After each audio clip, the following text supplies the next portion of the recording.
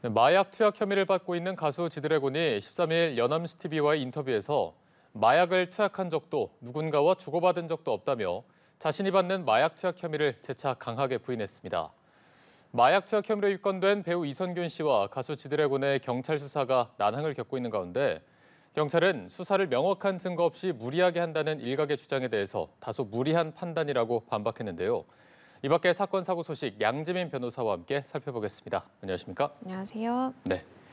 자, 바로 어제였습니다. 연합뉴스TV와의 단독 인터뷰를 진행한 가수 지드래곤이 마약 투약 사실을 굉장히 강하게 부인을 했습니다. 어제 혹시 방송 보셨습니까? 네, 봤습니다. 좀 전반적으로 차분히 좀 반박하는 모습이었는데 어떻게 보셨습니까? 네, 말씀해주신 것처럼 본인이 이제 결백하다, 나는 절대로 마약을 투약한 적이 없다라는 것을 굉장히 좀 담담하고 이렇게 좀 차분하게 이야기를 하는 모습으로 봤고요. 일단 지드래곤 씨가 이야기를 하는 것은 나는 마약을 투약한 적도 없지만 누군가에게 건넨다라든지 아니면 누군가로부터 받은 적도 없다. 그러니까 주고받은 적도 없다라고 이제 주장을 했고요.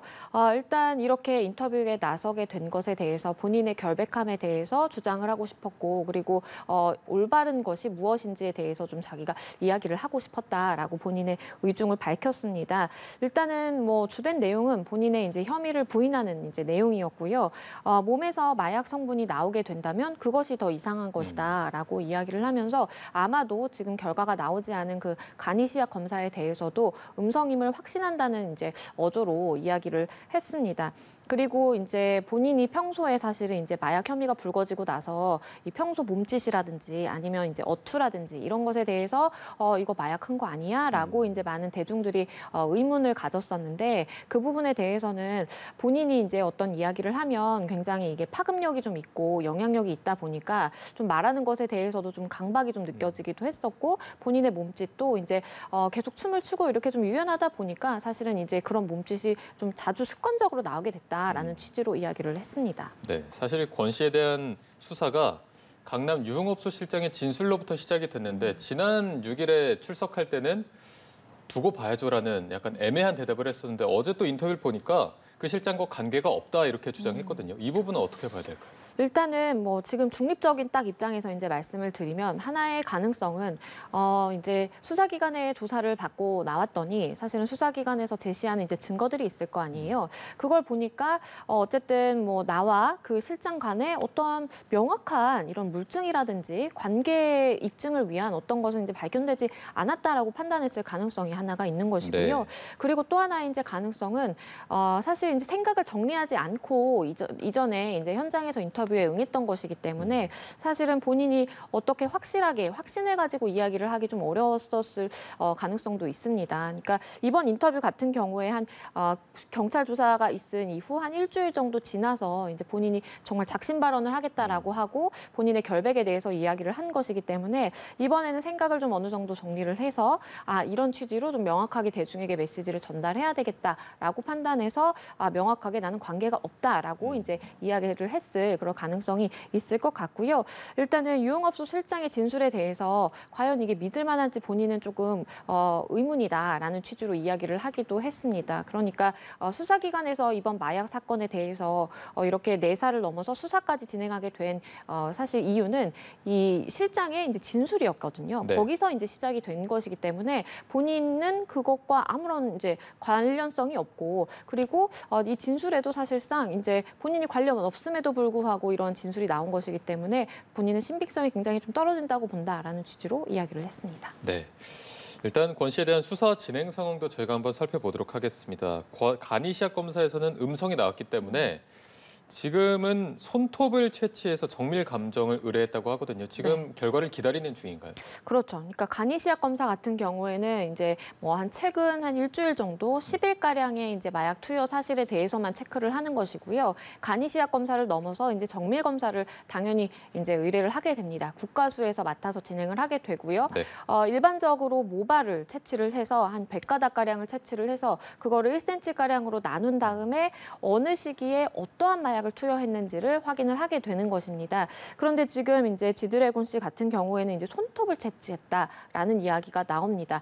아마도 이제 뭐 평소에 제모를 했던 습관이 있기 때문에 사실은 수사기관에서 판단하기에 이거는 모발이 이제 염색했을 가능성도 있고 그럼 다른 채모를 채취해야 되는데 그게 좀 여의치 않았다라고 판단했을 가능성도 있습니다. 그리고 거기에 더불어서 보다 좀 정확하게 확인을 해야 되겠다라고 해서 이제 채취했을 가능성도 있고요.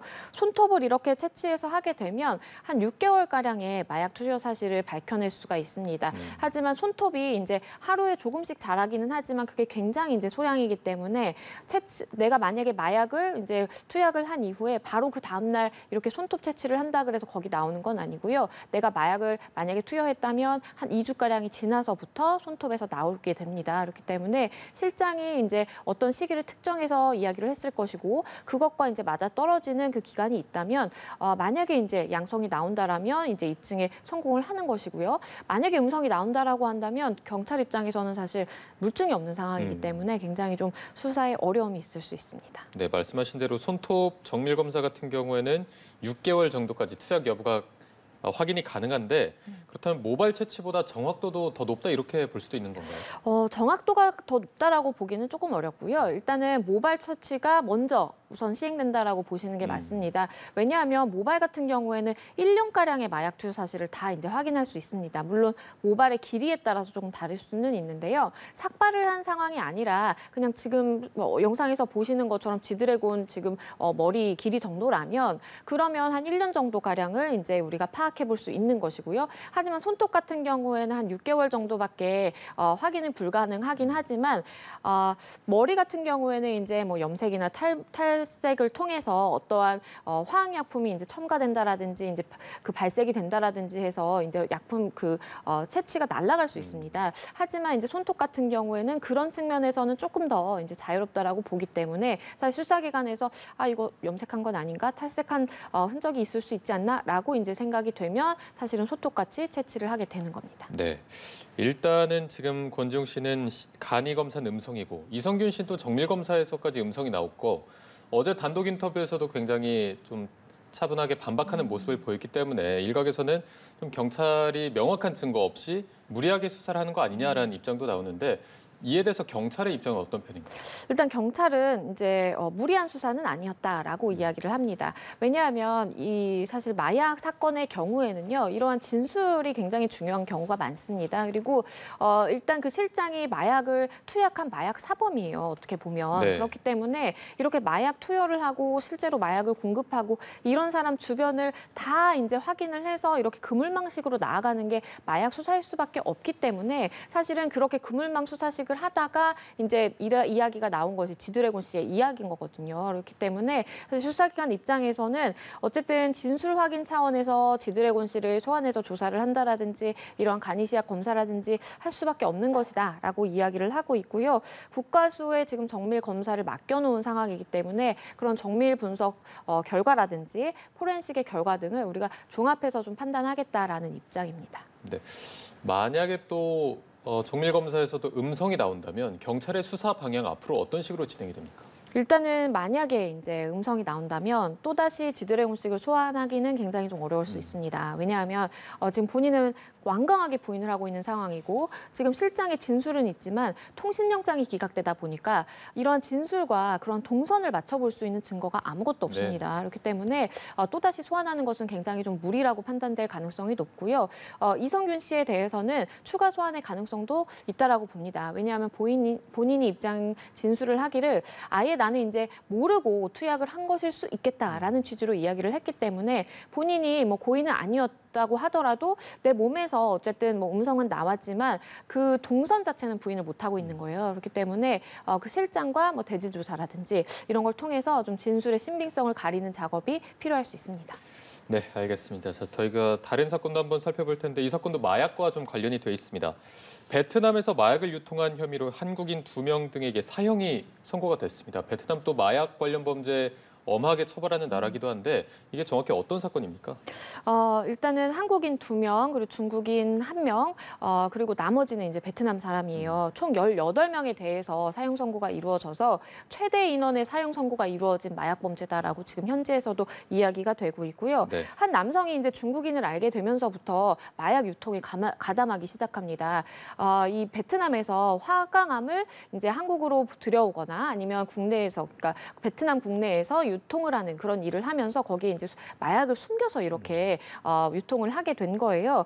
그런데 이 남성 같은 경우에는 본인이 이제 수감 생활을 했을 때 알던 다른 사람까지 같이 이제 범죄에 가담시켜서 이렇게 총 2명이 범죄에 가담하게 된 것이고요. 결국에는 지금 현지에서 그 배에 실어서 마약을 유통하려고 하다가 현지 경찰에 의해서 이제 검거가 됐고 그때 당시에 마약류 한 40kg이 압수됐다라고 이야기가 전해지고 있고요. 그리고 이 조직 자체가 유통한 마약의 양이요 216kg가량 된다라고 합니다. 그렇기 때문에 굉장히 많은 양이 이제 베트남 현지로 흘러 들어갔다라고 지금 파악되고 있습니다. 네, 일단은 우리 한국인 2명이 사형 선고를 받았기 때문에 우리 외교부도 어떤 인도 요청 등의 조치를 취할 예정인지도 궁금합니다.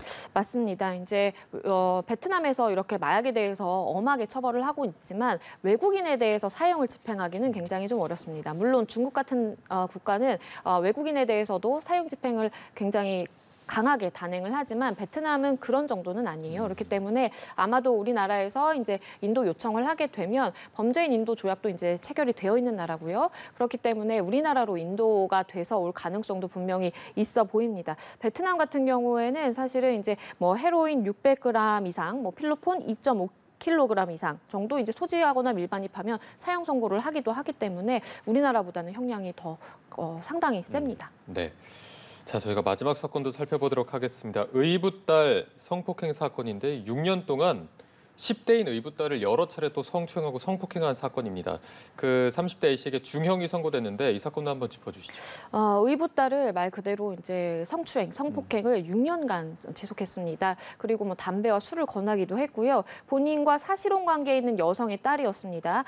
이 딸에게 이렇게 성적인 학대를 해서 결국에는 징역 25년형이 선고가 됐고요. 안타깝게도 피해자는 이 남성 의붓 아버지가 기소된 지 한 달 이후에 바로 이제 사망을 했는데요. 네. 일단 극단적 선택인지 이게 사고사인지는 명확하지는 않지만 어쨌든 재판부에서는 조금의 이제 극단적 선택에 무게를 두는 그런 모습이었고요. 성추행과 성폭행의 이제 패턴을 보면 술을 먹인다라든지 이렇게 해서 알코올 중독에 이르게끔 합니다. 이 아이가. 그래서 6년 동안 실제로 알코올 치료를 이제 알코올 중독의 치료를 하기도 했고요. 이렇게 지속적으로 성폭행을 할 수 있었던 것은 이제 어머니의 방관도 함께 있었던 것으로 보입니다. 네, 지금 말씀해 주셨지만 피해자인 10대 B양은 지난 5월에 또 옥상에서 추락해 숨졌습니다. 아직 뭐 실족인지 극단적 선택인지 밝혀지진 않았지만 말씀해 주신 바로는 극단적 선택에 좀 무게가 실리고 있다라고 말씀해 주셨는데 이런 부분이 이제 재판부의 판결에도 영향을 미칩니까? 영향을 미친 것으로 보입니다. 왜냐하면 재판부의 그 판시 내용을 쭉 보면요. 일단 지난 5월에 이 피해자가 옥상에서 추락해서 사망을 하게 됐는데 이거는 본인이 이러한 성적인 학대 행위로 인해서 굉장히 괴로워하던 것과 무관하지 않다라고 이렇게 이야기를 했고요. 그리고 피해자의 죽음을 애도하기 위해서는 중형을 선고할 수밖에 없겠다라고 이야기를 한 걸 보면 재판부에서도 피해자가 지금 뭐 사망을 했지만 이것이 아마도 극단적인 선택의 가능성도 있는 것이고 그것이 아니라고 하더라도 어쨌든 이러한 10대 피해자에게 굉장히 성적 착취를 그것도 의붓 아버지로서 그렇게 한 것에 대해서는 피해자 애도를 위해서라도 중형 선고를 해야 된다라는 그 재판부의 의지가 담겨 있는 판결입니다. 네, 알겠습니다. 오늘 말씀 여기까지 들어보겠습니다. 양재민 변호사와 함께했습니다. 오늘 고맙습니다. 감사합니다.